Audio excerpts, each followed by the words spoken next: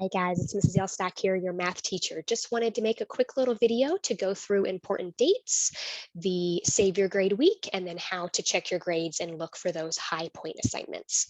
So first off, remember that all of your assignments are due on Tuesday, December 14th by 11:59 p.m. Eastern Standard Time. This is the final day that you can submit any work for credit. If you submit something past this, your teachers cannot grade it. So the last day to turn in work, Tuesday, December 14th at 11:59 p.m. So what you'll want to do is you want to go through all of your classes, not just math, and check your grades to see where you're at. If you are at an F, you really need to click on the grades and see what you're missing and work on those missing assignments.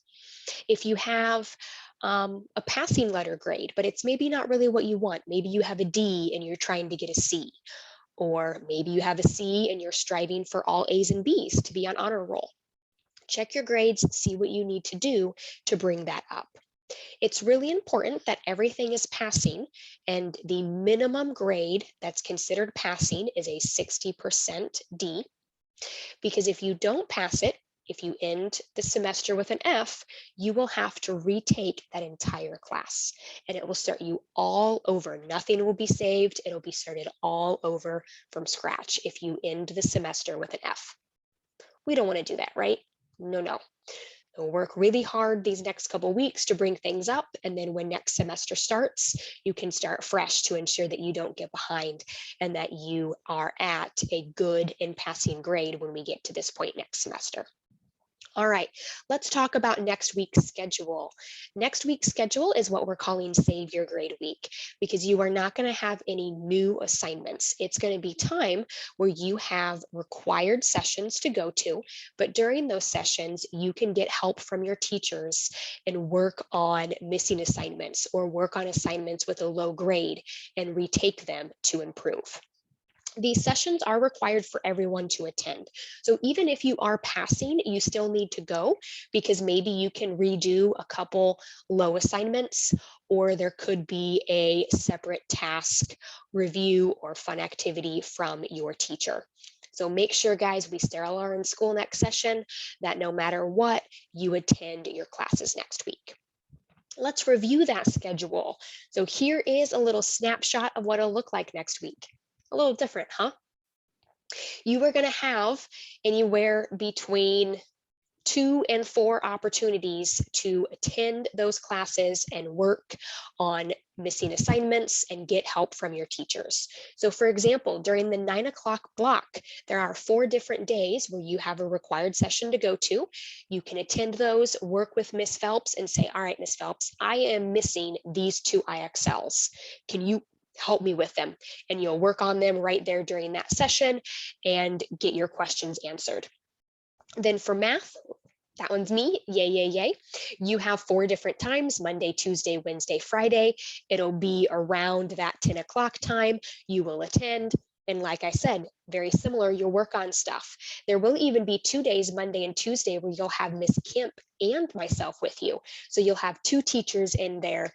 So that'll mean double the chances that you can get extra help and double the opportunity to get your work done, okay? During the 11 o'clock hour, you have science. 1 o'clock is social studies, 2 o'clock is CRE, that's your career explorations class. And then the 3 o'clock is split. You have 2 days of art and 2 days of PE.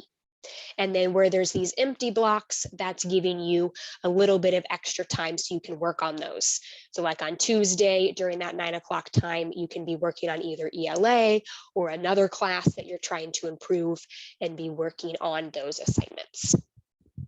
All right, let's switch over to OMHS and check out the grade book and see what you can do and what you should look for when trying to improve your score.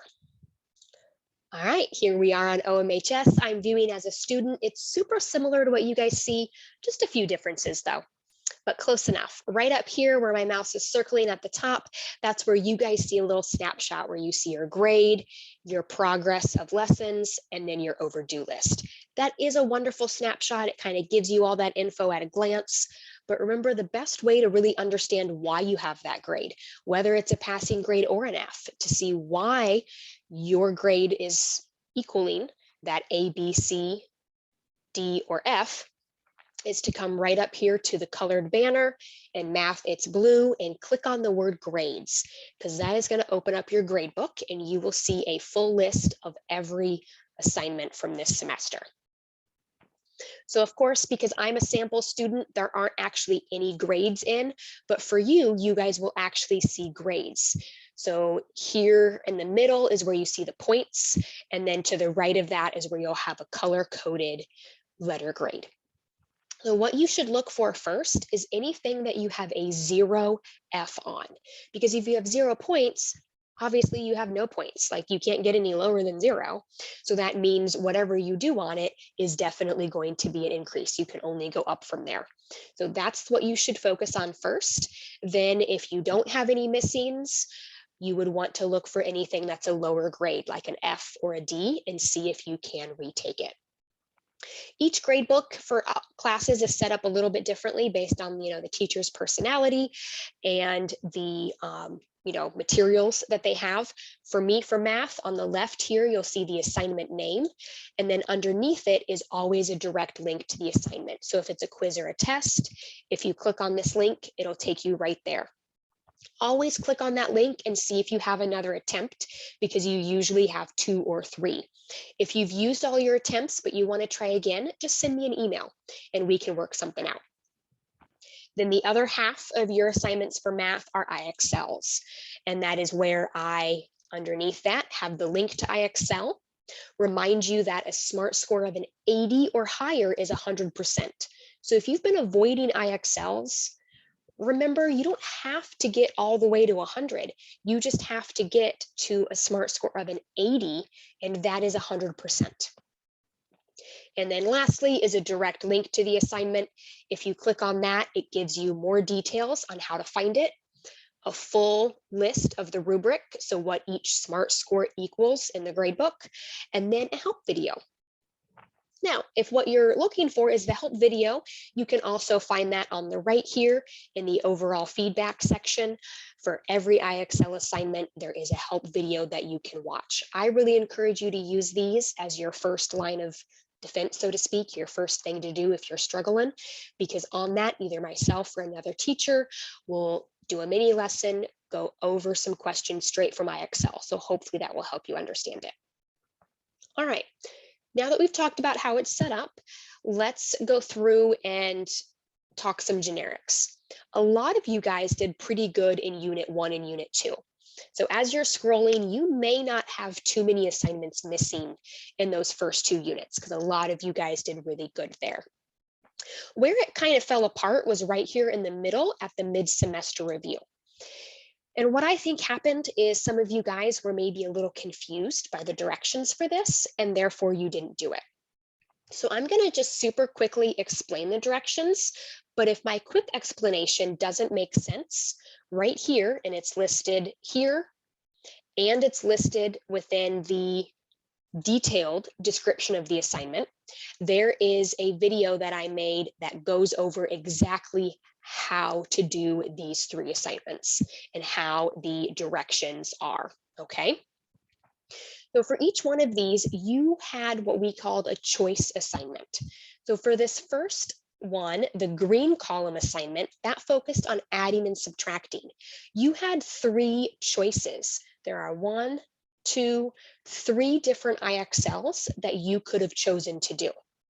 But you only have to do 1 of them to get credit. So look at these 3 in IXL and choose the one that you think you'll be best at and do just 1. Once you do, I will see that you've graded it. I will see that you've done it as long as you're signed in, and then I will grade it.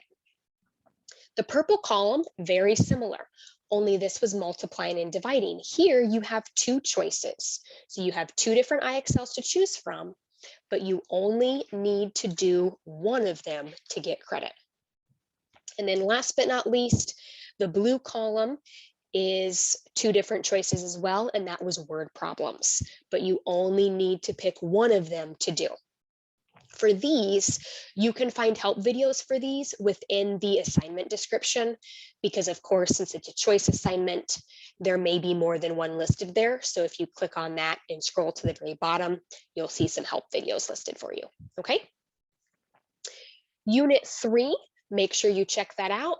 Look for zeros to make sure you complete those so you don't have anything missing, whether it be a quiz or a test.